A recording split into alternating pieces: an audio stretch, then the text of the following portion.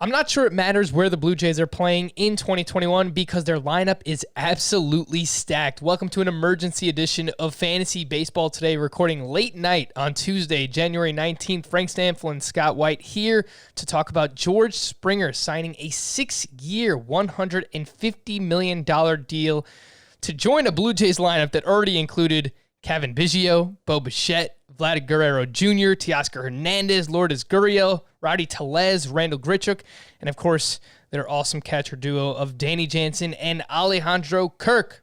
One of the most consistent bats in the league, Scott. George Springer, since 2016, 138 home runs. That is ninth among all hitters. 463 runs scored during that span. That is fourth among hitters. Your instant reaction to Springer joining the Blue Jays?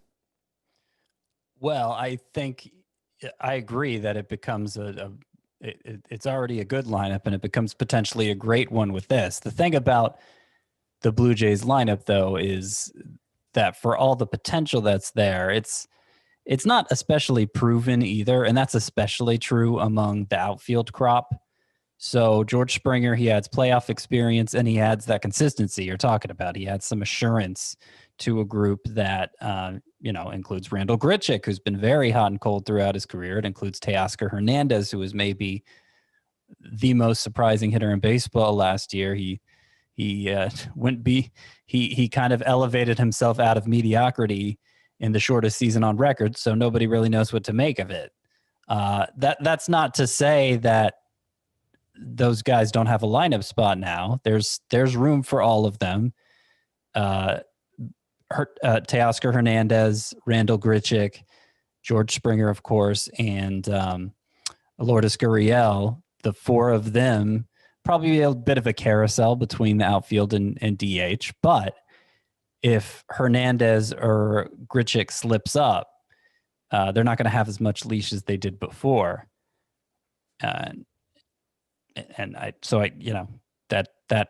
That kind of makes it harder to invest in them, but it obviously not moving them down my rankings really. Yeah, so for Springer, mentioned the consistency, top 15 outfielder in head-to-head points each of the past two seasons, a top 20 outfielder in Roto during that time as well. If you just look at 2020 alone, he got off to a bit of a slow start. He had this wrist injury he was dealing with, but September 1st on, his final 25 games, a .316 batting average, an OPS over 1,000 for Springer during that span. And of course, just coming off that massive 2019 season, Scott, which really looked like it was going to be a career year, and it still might be. StatCast numbers really supported a lot of what he did in 2019 and carried that over into 2020. He only hit .265 with a .540 slug, but the XBA, the expected batting average, .294 for Springer, expected slug, .570. So I still think that there is a lot to like here with George Springer. Of course, the ADP, 55.7. He is the 15th outfielder off the board right now.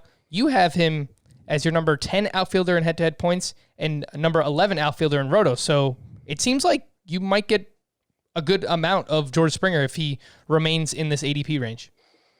Well, that hasn't been happening so far, but maybe I'm higher on Springer than the consensus. I mean, I see what you see with the StatCast numbers last year. Like the big jump came in 2019 and it sustained in 2020, even though he got off to that slow start. I mean, basically all season he was right up to what the final numbers ended up being. Springer underachieved his expected production, and dealing with a wrist injury for part of the season may have had something to do with it.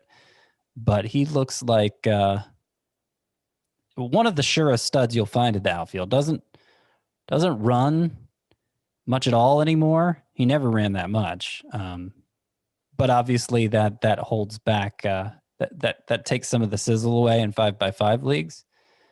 But still really solid pick in the early rounds, and that goes for points leagues as well.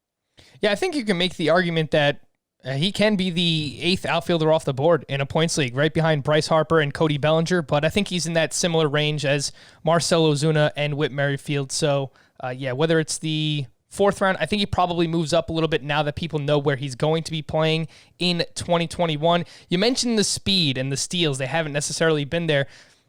it kind of stinks because we saw him what he did in the minors, and same thing kind of happened with Jock Peterson where they ran so much in the minors and it just never happened. He's joining a team now. The Blue Jays were 9th in steals this past season. The Houston Astros were 20th. Roster Resource as of now expects George Springer to lead off. I guess there's a possibility that can change, but he is one of the best leadoff hitters in the game. So is there a chance you see the steals come up now that he joins the Blue Jays? There's a chance, but I mean, I'm not factoring that into my assessment of him at all. Like he hasn't shown that. He hasn't shown that in any real quantity. And I understand that's kind of the Astros organizational philosophy, but like this far into his career, I feel like I need to have seen more than I've seen in that area for me to project that onto him. I think that's fair. You can't project it if we haven't necessarily seen it. But a change of scenery, maybe that can help George Springer run a little bit more on the base paths. According to StatCast, 82nd percentile in sprint speed for George Springer, 31 years old, but still one of the premier athletes in the game. I just kind of want to ask, Scott, what do you think this does to the rest of the lineup, the rest of the hitters around here? Bo Bichette, Kevin Biggio, Vladimir Guerrero Jr., are you going to be moving any of these guys up? I do wonder, if Bichette moves down in the lineup and he's batting third, can we see the steals drop for him now that he's in the middle of the order?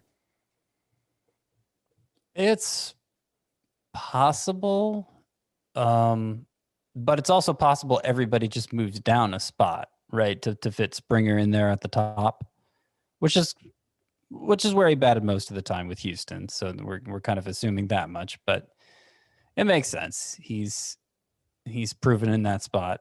So if everybody moves down a spot, I mean, just the fact that Biggio is, if he is batting third versus second, like it's still the same guys behind him. So I don't know that practically speaking, it changes much of anything. Yeah, I don't see much incentive to really shift anyone, to really approach anyone else in this lineup differently in fantasy. It might actually hurt Alejandro Kirk's value a little bit because now you might have there was more potential for him to get some at bats at DH than there is now. Right. Yep. And he's probably just a split role behind the plate with Danny Jansen unless one of them emerges as more regular, as deserving more regular bats. But as things stand with that split role, neither being especially proven, they're both outside my top 15 at the position and not worth drafting in a one catcher league. All right, Scott, I'm going to just ask you Springer versus a few names that are going ahead of him. Springer versus Aaron Judge. Who would you rather have? I would rather have Springer. Springer versus Starling Marte. I'd rather have I think I'd rather have Marte if we're just talking a 5x5 league in the steals, the need for steals there. Yeah, I would agree with that. I'll take Marte in Roto. I'll take Springer in head-to-head points. Marcell Ozuna, who still has not found a home, might be waiting to see if there is a DH in the National League, which also might have influenced Springer's decision not to go to the New York Mets or for the Mets not to offer as much money. But Springer versus Ozuna, knowing what we know now. I'm going to go with Ozuna there, but it's a close call. Mm-hmm. I think once we get into, what do you think? Springer versus Eloy Jimenez. Springer. Oh, okay. Yeah, I think I'll take Eloy in Roto. Even though he doesn't steal, I think the batting average upside is higher. The power potential is better as well. But not gonna steal many bases. I'll take Eloy over Springer in a Roto league, but I'll take Springer in a head-to-head points league. All right, so it seems like based on that little discussion, Springer is a little bit undervalued. Again, the ADP according to Fantasy Pros is 55.7. I have a feeling this is gonna move up, maybe a half a round to a full round, 6 to 12 picks, something like that. I think when it's all said and done, come March, we'll see Springer inside the first 4 rounds. I think that makes a lot of sense. Is it worth getting into the Blue Jays? The Blue Jays made another, not as big of a splash as this, obviously, but a decent sized move earlier in the day. What am I missing? Agreeing Kirby to Yates. terms with Kirby Yates. Let's do that. Yeah. An entire Blue Jays edition of the Emergency Podcast. You sure you don't want to do Jose Quintana to the Angels too while we're at it? Just kidding. Kirby Yates signs with the Toronto Blue Jays. Yeah, so let's just hit on that real quick. He is coming off, I believe, elbow surgery. He's coming off a surgery. Yep. Yeah. Having bone spurs removed from his elbow. He hardly pitched last year, and the little bit he did pitch was awful. The results were awful. But the velocity was where it was supposed to be. The swinging strikes were where they were supposed to be. I think you can attribute it just to him pitching through this discomfort and his delivery being a little off. And Blue Jays are in a good position to gamble on that. There was some talk that, even though it seems obvious given the personnel there in Toronto, it seems obvious that Yates would just step right into the bullpen role. Let's see, who did this come from? This came from Scott Mitchell of Blue Jays analyst for TSN. He said that the Blue Jays might be eyeing more of a Rays style bullpen where, it just depends on how high leverage the situation is, who gets the call. But he also opened the door to the possibility that Yates would probably get the majority of the saves if he proves healthy and effective. So I'm going to approach him until I hear stronger indication otherwise. I'm going to approach Yates as if he's the Blue Jays closer. I believe he is 6th in my relief pitcher rankings and 7th in my relief pitcher rankings. Jordan Romano would be probably the main guy to watch there. Otherwise, also Rafael Dolis was getting saves down the stretch last year, but that's only for deeper leagues. I think Kirby Yates is definitely the guy to draft in that bullpen until we have strong indication to believe otherwise. So if anyone's doing early drafts, Kirby Yates could be had at a tremendous value. His ADP is 215.3 currently as the 28th relief pitcher off the board. That's according to Fantasy Pros. So Scott has him ranked inside his top 7, which means he is expecting him to be the closer for the Blue Jays, but pay attention to that situation, something to monitor throughout spring training. Jordan Romano was really, really good last year. He pitched to a 1.23 ERA, 0.89 whip, right around 13 Ks per 9, 12.8 Ks per 9.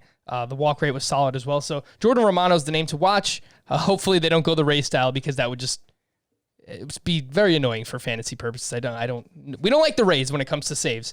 All right, so that's Kirby Yates and George Springer heading over to the Toronto Blue Jays, and we're going to wrap there. For Scott, I am Frank. Thank you all for listening and watching. In the morning, you will have Danny Vietti and Will in your feed on the Fantasy Baseball Today podcast. They have Brandon Crawford and his wife, Jalen Crawford, on the podcast, so you will hear that on Wednesday morning. We will be back on Thursday. Bye-bye.